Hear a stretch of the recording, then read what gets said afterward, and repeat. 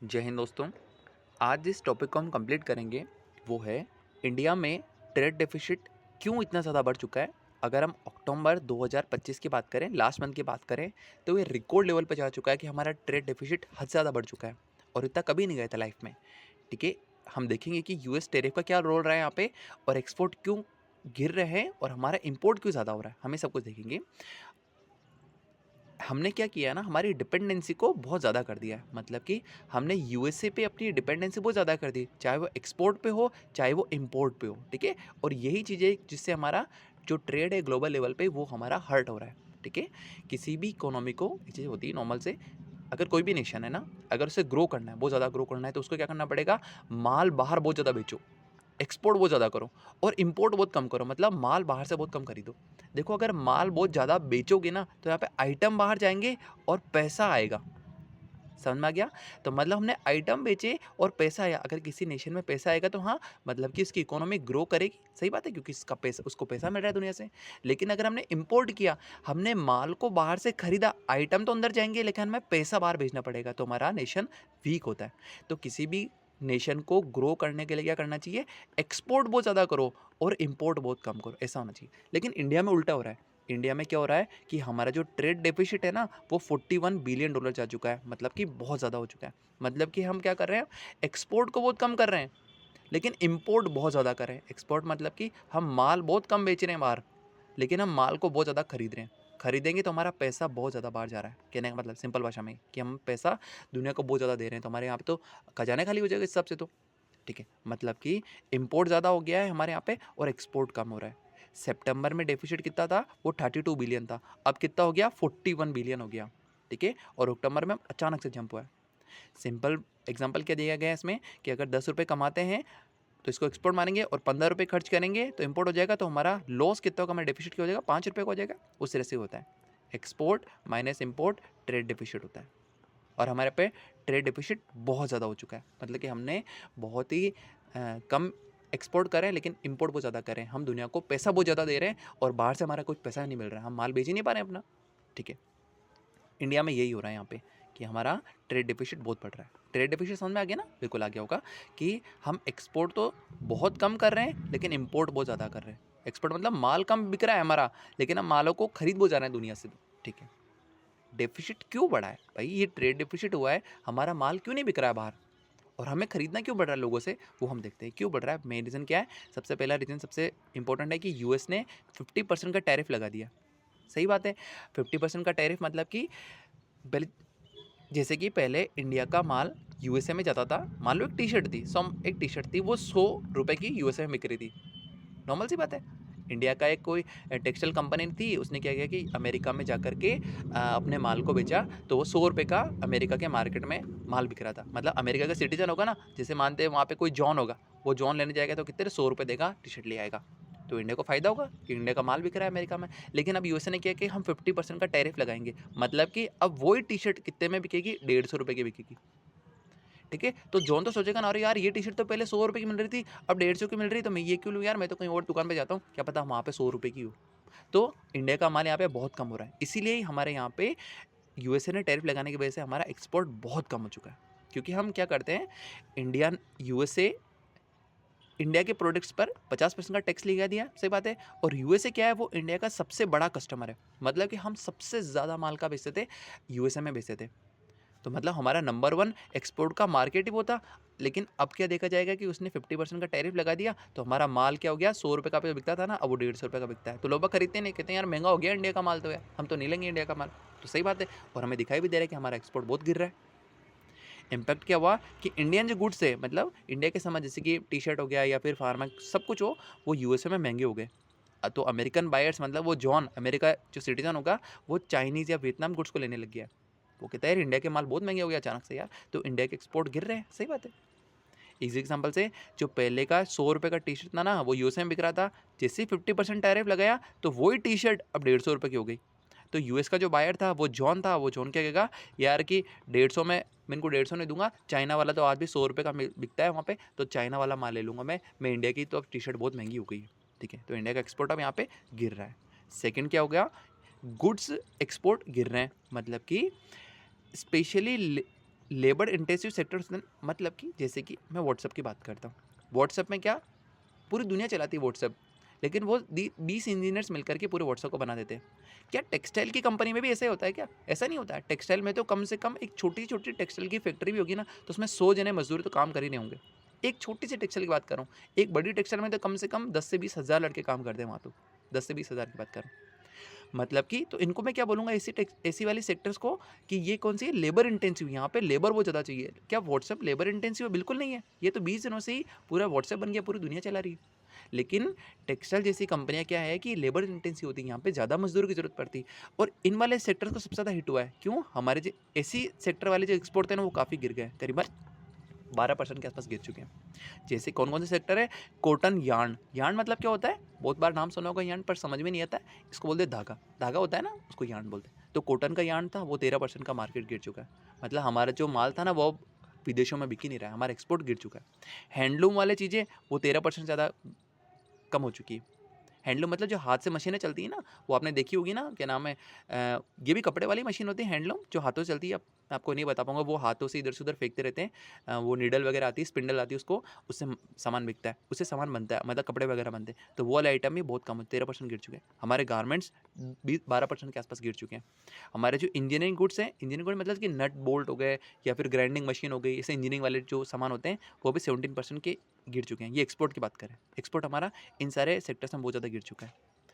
क्यों गिर चुका है? क्योंकि सबसे बड़ा बायर कौन था? यूएसए खुद था, ठीक है? और यूएसए ने टैरिफ लगा दिया, तो सीधा का सीधा ये सारा का सारा जो एक्सपोर्ट था वो क्रैश हो चुका है।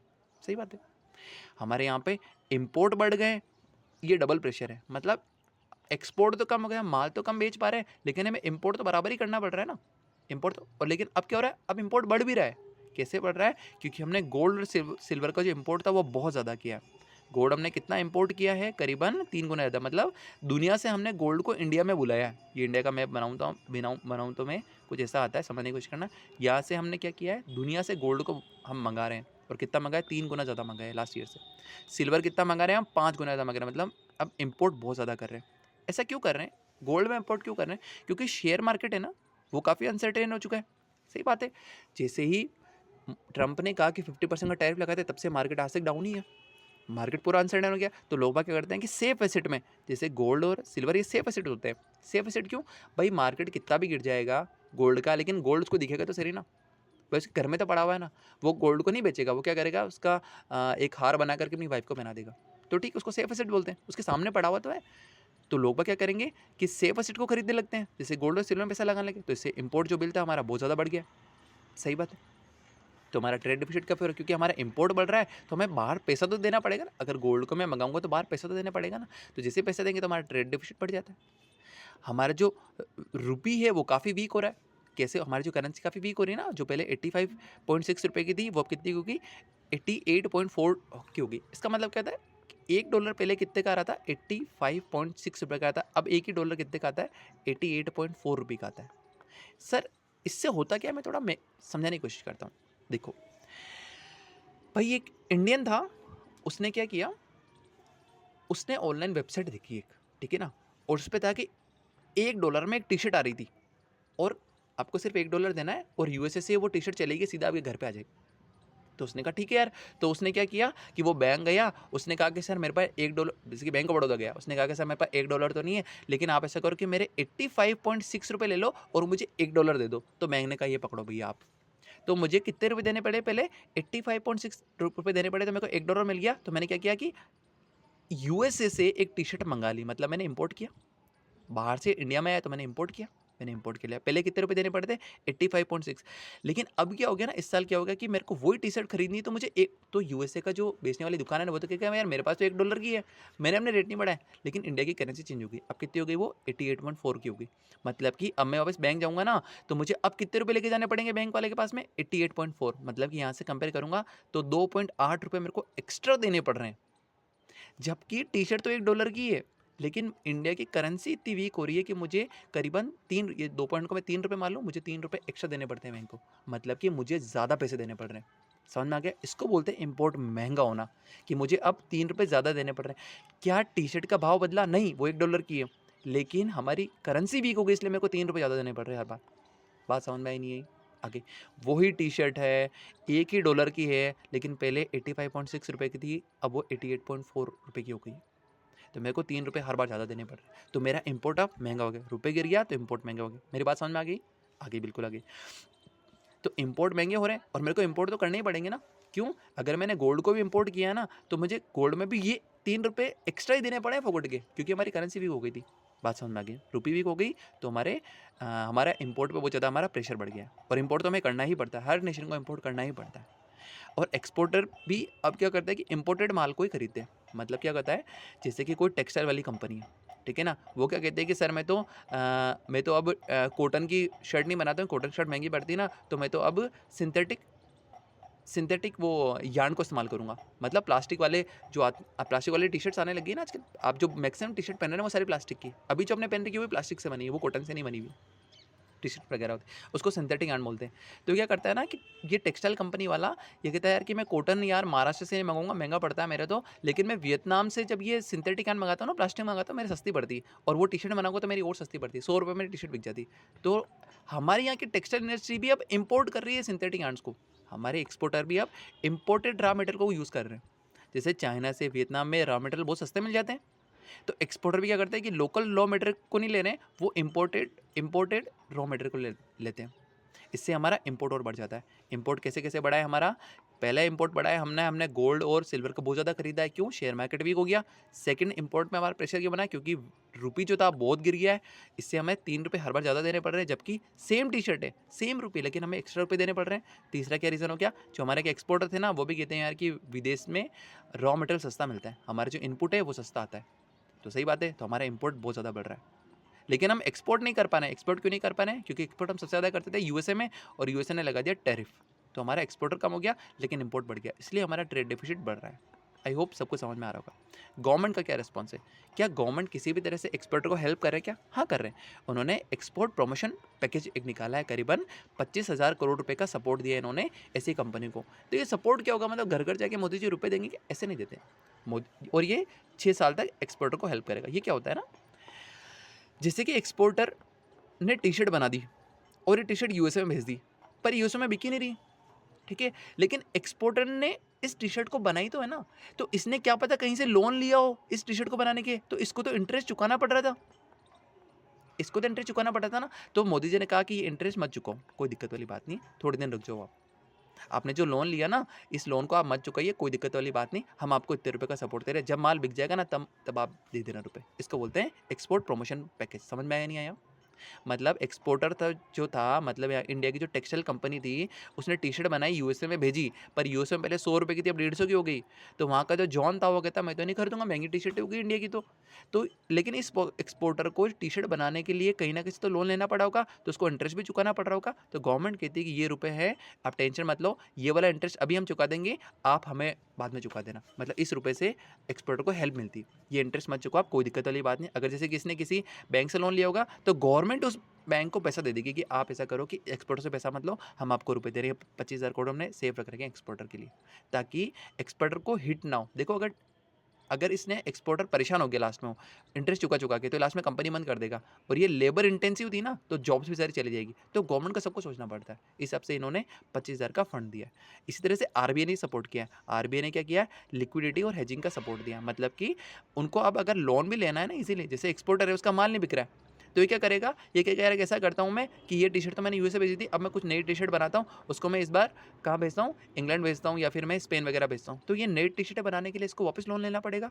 तो आरबीआई ने कहा कि आप वापस लोन लो, हम आपको लिक्विडिटी देते हैं, मतलब कि ईजी लोन मिल जाएंगे उनको, और इंटरेस्ट वगैरह भी कम देगा। मतलब आरबीआई की तरफ से सपोर्ट मिल रहा है, गवर्नमेंट की तरफ से सपोर्ट मिल रहा है। बात समझ में आ गई?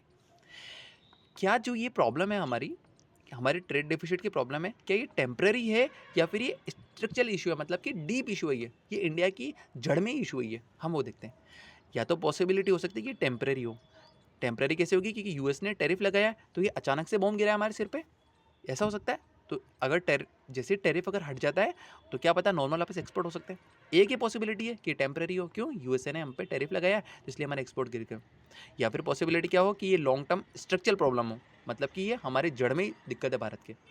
अगर टैरिफ हटाने के बाद भी एक्सपोर्ट वीक रहे ना, तो मतलब कि इंडिया का स्ट्रक्चरल प्रॉब्लम है ये। स्ट्रक्चर मतलब कि इंडिया की जड़ में दिक्कत है, इंडिया की मानसिकता में दिक्कत है। तो हमें अब अपने ग्लोबल ट्रेड पैटर्न को चेंज करना पड़ेगा, अदरवाइज हमारे यहाँ पे दिक्कत कंटिन्यू रह सकती है। ठीक है, जियो पॉलिटिक्स क्या हो रही है यहाँ पे, रियल गेम क्या है, रियल गेम क्या है वो हम देखते हैं यहाँ पे। इम्पोर्ट का पैटर्न चेंज हो रहा है इंडिया का। इंडिया ने अब क्या किया है कि यूएसए से इम्पोर्ट को कम कर दिया 27% से। पहले हम रशिया से बहुत इम्पोर्ट कर रहे थे, चाहे वो ऑयल हो, चाहे वो कुछ भी सामान था, तो हम पहले नॉर्मल इम्पोर्ट करते थे। तो हमने क्या किया, और रशिया क्या करता, हमें डिस्काउंट पे हर चीज़ देता था, हमें सस्ते में हर चीज़ देता था। लेकिन अब हमने क्या किया, रशिया से इम्पोर्ट को कम कर दिया है और हमने यूएसए से इम्पोर्ट को बढ़ा दिया है। यूएसए से माल मंगा रहे हैं अब। ऐसा क्यों कर रहे हैं हम, क्योंकि इंडिया अब यूएसए को सेटिस्फाई करना चाहता है। यूएसए कहता है कि भाई शांत होइए प्लीज़, देखो अब तो हम रशिया से इंपोर्ट कम कर रहे हैं ना, हम तो आपसे इंपोर्ट ज़्यादा कर रहे हैं, तो प्लीज़ अब आप हमारे यहाँ से टैरिफ हटाइए। हम उनको सेटिस्फाई कर रहे हैं, इसलिए हम रशिया से कम माल ले रहे हैं और यूएसए से ज़्यादा माल ले रहे हैं। इससे डिपेंडेंसी अलर्ट देखो यहाँ पे, हमारा डिपेंडेंसी कितना बढ़ चुका है कि एक्सपोर्ट के लिए भी हम यूएसए पे डिपेंड है। कि हमारा सबसे बड़ा नंबर 1 हमारा कस्टमर कौन है ग्लोबल लेवल पे, यूएसए ही है। मतलब हम एक्सपोर्ट भी यूएसए को करते हैं और हम अपने इंपोर्ट को भी अब यूएसए पे बढ़ा रहे हैं। तो ये तो यूएसए पे पूरी की पूरी डिपेंडेंसी होगी ना। अगर यूएसए और एक्सपोर्ट को बढ़ा देगा और टैरिफ बढ़ा देगा तो इंडिया की हालत और ख़राब होने वाली है। मतलब क्योंकि हम इंपोर्ट तो कम नहीं कर पाएंगे उसको शांत करने के लिए, लेकिन वो एक्सपोर्ट पे टैरिफ बढ़ाया जाएगा तो मतलब कि हमारी डिपेंडेंसी यहाँ पे बहुत डिफिकल्ट हो रही है। तो हमें अगर हेल्प चाहिए तो हमें क्या करना पड़ेगा, अब डाइवर्सिफाई करना पड़ेगा अपने एक्सपोर्ट को भी और अपने इंपोर्ट के भी। अदरवाइज हमारे पे ट्रेड डेफिसिट है वो कंट्री से बढ़ता ही जाएगा। ट्रेड डेफिसिट बढ़ेगा ना, तो हमारे पास में जो जो फॉरेक्स रिजर्व होता है ना, जो आरबीआई के पास में रुपए पड़े हैं वो सारे सारे रास्ते में खत्म हो जाएंगे। ठीक है, बात समझ में आया। फाइनल टेक अवे देखते हैं हमने क्या सीखा एक्चुअली में। इंडिया का जो ट्रेड डेफिसिट है वो इसलिए घट रहा है, मतलब इसलिए यहाँ पे घट होना चाहिए था, इसलिए घट गया क्यों, क्योंकि यूएसए ने मतलब हाँ सॉरी ट्रेड डेफिसिट क्यों बढ़ रहा है, मतलब कि हम एक्सपोर्ट कम कर पा रहे हैं, इंपोर्ट ज़्यादा कर रहे हैं। ऐसा क्यों हो रहा है, क्योंकि यूएसए ने 50% का टैरिफ लगा दिया, इससे हमारा एक्सपोर्ट डाउन हो गया। हमने गोल्ड और सिल्वर का इंपोर्ट को बहुत ज़्यादा करने लगे हैं। क्यों, शेयर मार्केट ख़राब हो रहा है तो लोग बाग अब सेफ एसेट में पैसा लगाते हैं, जैसे कि गोल्ड हो गया, सिल्वर हो गया, ताकि पड़ा तो रहेगा ना वो। चाहे गोल्ड के कितने भी प्राइस टूट जाएंगे, वो अपने अगर वो नहीं बेचेगा उसको बाद में, वो अपनी वाइफ को गहने पहनाएगा आराम से। ठीक है, ये हो सकता है। रूपी वीक हो गया हमारे यहाँ पे, जहाँ पे पहले मुझे 85 रुपये देने पड़ते थे, वहाँ मुझे 88 रुपये देने पड़ते हैं। एक ही डॉलर के उस एक ही सेम टी शर्ट के मुझे पहले 85 रुपये देने पड़ते, अब 88 रुपये, मुझे 3 रुपये एक्स्ट्रा देने पड़ रहे हैं। तो हमारा रूपी वीक हो गया, तो इसलिए हमारे इंपोर्ट पे काफ़ी ज़्यादा बर्डन हो गया। इनपुट जो इनपुट का इंपोर्ट है वो काफ़ी हैवी है। मतलब मैंने बताया था ना, वो टेक्सटाइल वाले आजकल वियतनाम और चाइना से माल मंगा रहे हैं रॉ मटेरियल के लिए। वो कहते हैं हमारे वहाँ सस्ता पड़ता है, इंडिया का माल इंडियन के एक्सपोर्टर को महंगा पड़ता है। इंडियन टेक्सटाइल कंपनीज़ को इंडिया का माल महंगा पड़ता है, वो वियतनाम से मंगाते तो सस्ता पड़ता है उनके लिए। तो हमारा इम्पोर्ट जो इनपुट वाला इम्पोर्ट है वो काफ़ी हाई है। और सबसे इंपॉर्टेंट कि इंडिया है वो यूएसए पर ओवर डिपेंडेंट हो गया है, चाहे वो एक्सपोर्ट हो चाहे वो इम्पोर्टेंट। ये एक शॉर्ट टर्म है, लेकिन ये एक शॉर्ट टर्म प्रॉब्लम है, लेकिन ये पेनफुल है हमारे लिए। अगर लॉन्ग टर्म में इंडिया को अगर इस पेन से दूर होना है तो इसको डाइवर्सिफाई करना पड़ेगा। इसको एक्सपोर्ट भी कहीं और करने पड़ेंगे, इंपोर्ट भी कहीं और करने पड़ेंगे। यूएसए से डिपेंडेंसी कम पड़नी पड़ेगी। यानी कि फ्यूचर में इंडिया का जो ट्रेड है उस ट्रेड स्ट्रक्चर को काफ़ी स्ट्रॉन्ग बनाना है, काफ़ी सेफ बनाना है और ज़्यादा डाइवर्सिफाई करना है। अदरवाइज इंडिया का ट्रेड डिफिसिट बढ़ता ही रहेगा। Thank you.